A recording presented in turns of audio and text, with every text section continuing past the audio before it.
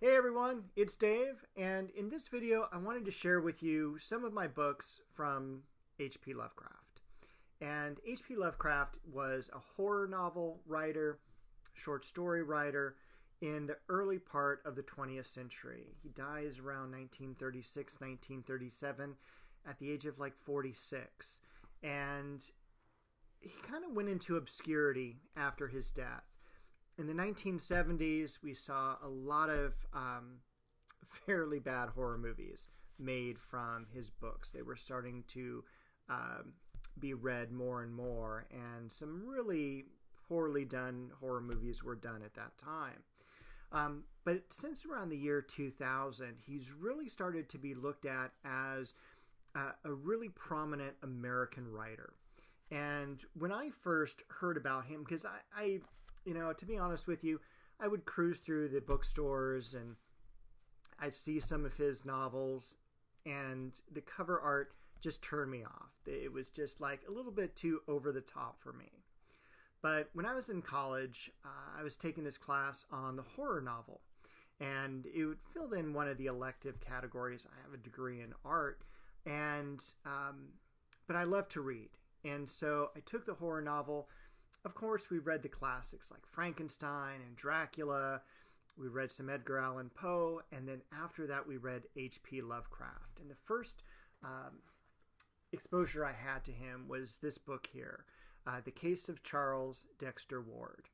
And horror novels up to this time for me didn't do anything for me. They didn't scare me. There was no real, thought about, using your brain to create these monsters or anything like that. But when I read this book, I knew immediately after that semester was over that I wanted to read more of what this guy wrote, because it stunned me. It floored me. It inspired me to read. And, that's really how grateful I am to H.P. Lovecraft. So that book, The Case of Charles Dexter Ward, is a great place to start. You can buy from Library of America. They have the Tales book. And H.P. Lovecraft also wrote poetry. No one's published really a great compendium of his poetry yet, at least in the current day. There's some older books you can buy that are out of print. They tend to be fairly expensive.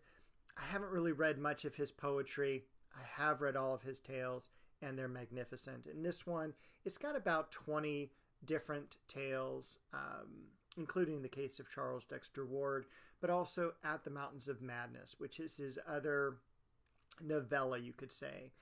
And it's got about 18 other short stories. The Rats in the Walls, The Shunned House, and of course The Call of Cthulhu, which is really his most famous one. And with The Call of Cthulhu, that opens up the world of the Cthulhu mythos, and that's a whole video in itself.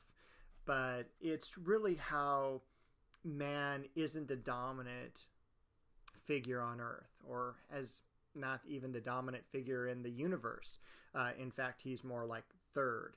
So it opens up a really interesting world of course, science fiction or weird fiction, whatever you'd like to call it.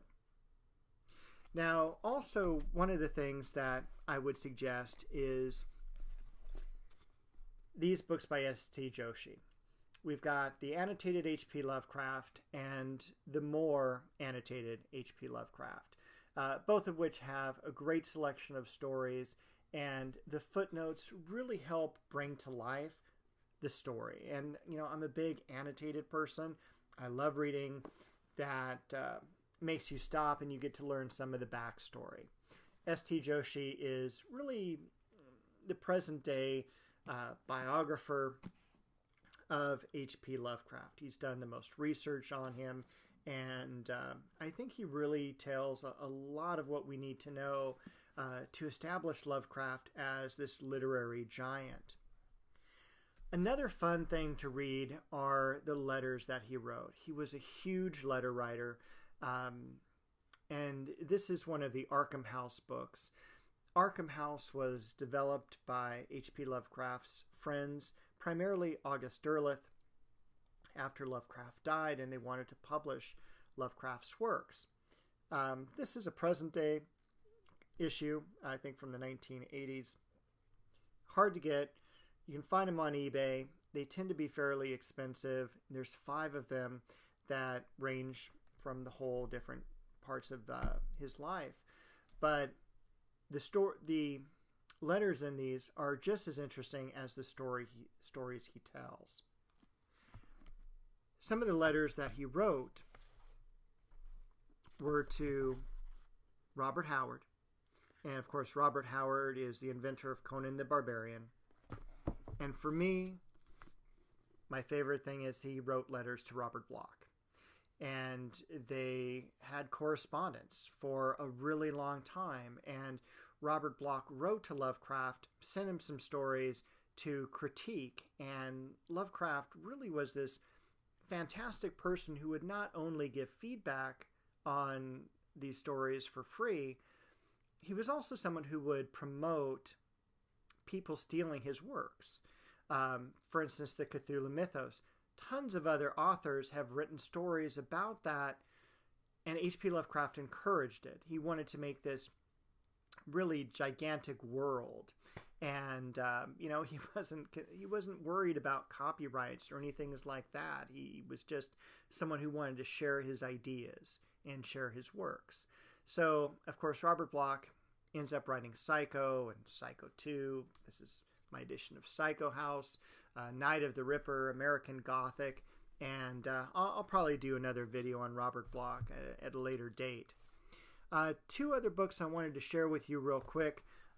If you haven't been indoctrinated into H.P. Lovecraft, one of the cool books that I got is by Kenneth Hite, and it's called Tour de Lovecraft, where he really breaks down all the tales and into these little bite-sized pieces, 1 to 2 pages, 3 to 4 on the larger works, and it just kind of is a walkthrough of all the different tales. So you might find ones that you're more interested in reading, but really my prize book of my H.P. Lovecraft collection. I found it online. It is an Arkham House book from the 1940s, right after Arkham House began. Arkham House only did short print runs, so there's only like 3,000 of these books ever completed. The Lurker at the Threshold was outlined by H.P. Lovecraft right toward the end of his life, and August Derleth did most of the writing for this. Took the manuscript, took the outline, and kind of filled in all those spaces in between. It's a great story. If you haven't read it, put it on the reading list. Again, it's The Lurker at the Threshold. And again, these are tough books to get, but they're well worth it. And I hope you give H.P. Lovecraft a try.